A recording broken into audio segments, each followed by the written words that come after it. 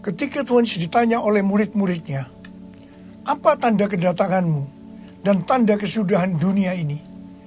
Tuhan Yesus menjawab, dan di antaranya dia sebutkan dari Matius 24 ayat 14. Dan Injil kerajaan ini akan diberitakan di seluruh dunia menjadi kesaksian bagi semua bangsa.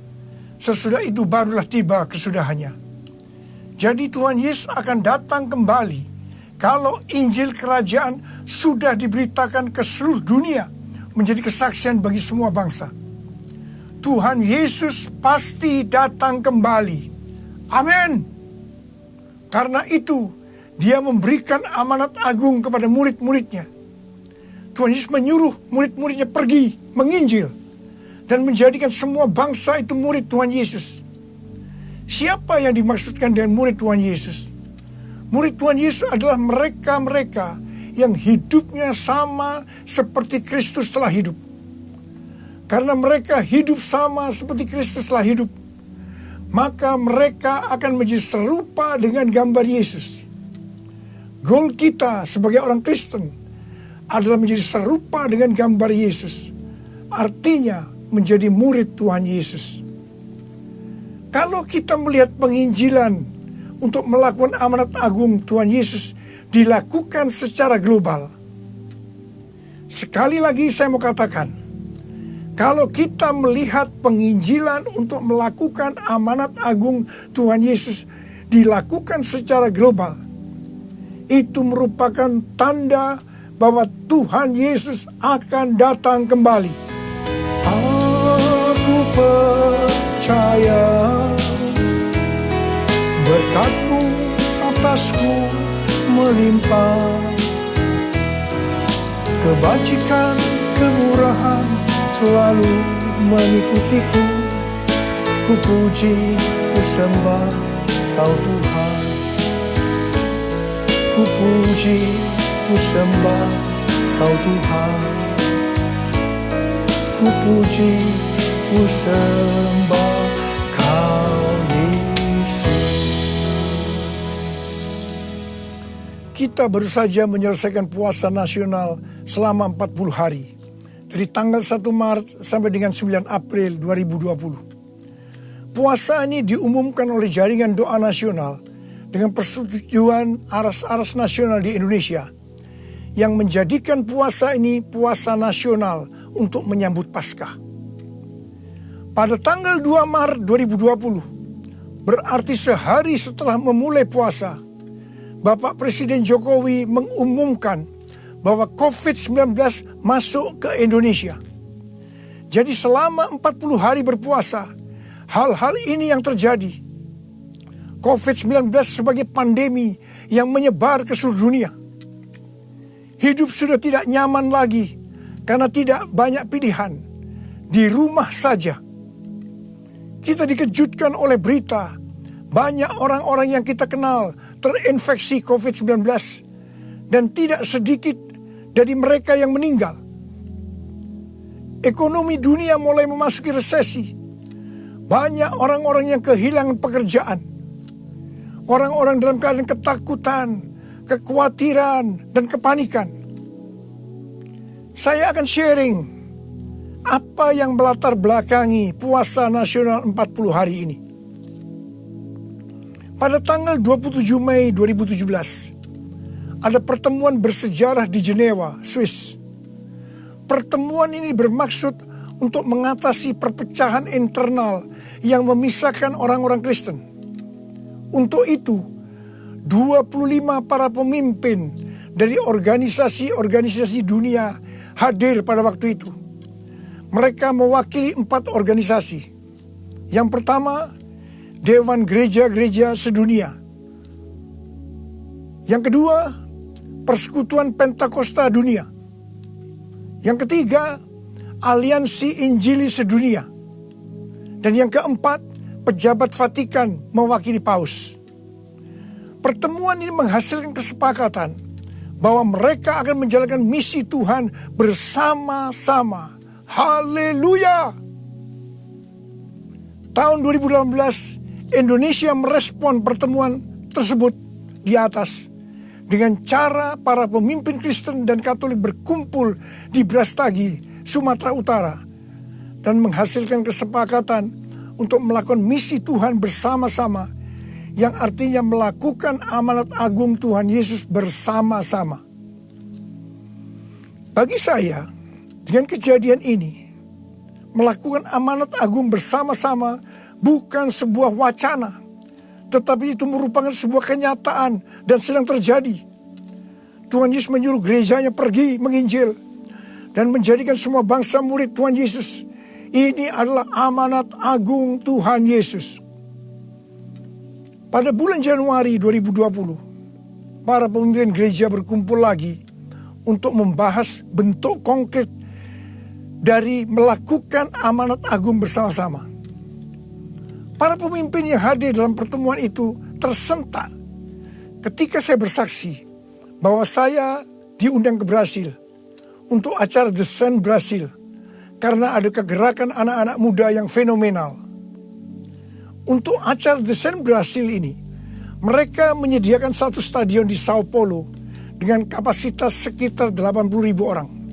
Pada waktu tiket dijual, kurang dari 6 jam tiket terjual habis. Dan waiting list sangat banyak. Mereka kaget dan menyiapkan stadion kedua di Sao Paulo.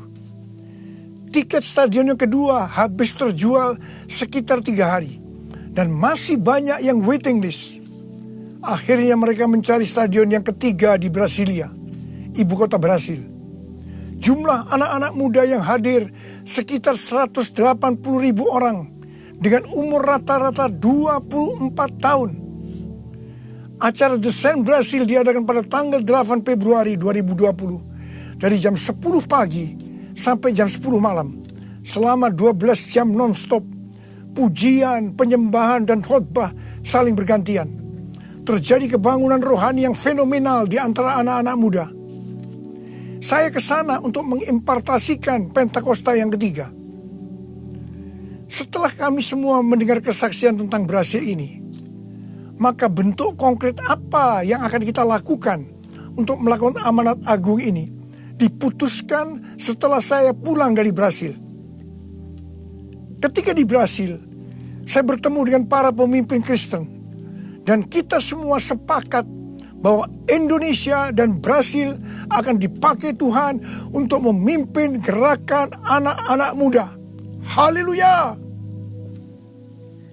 Setelah pulang dari Brasil, saya mendapatkan 2 hal yang akan kita lakukan ke depan.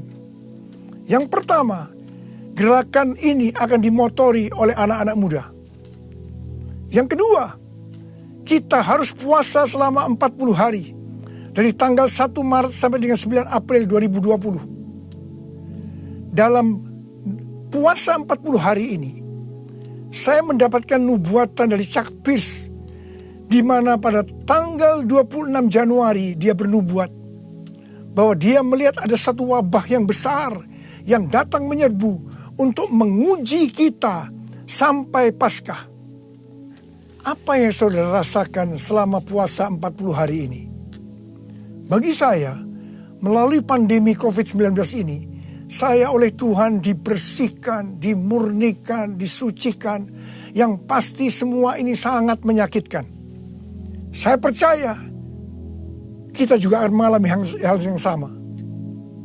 Kita sedang dipersiapkan oleh Tuhan untuk suatu pekerjaan yang besar sebelum Tuhan datang kembali, yaitu dalam era Pentakosta ketiga, untuk menyelesaikan amanat agung Tuhan Yesus.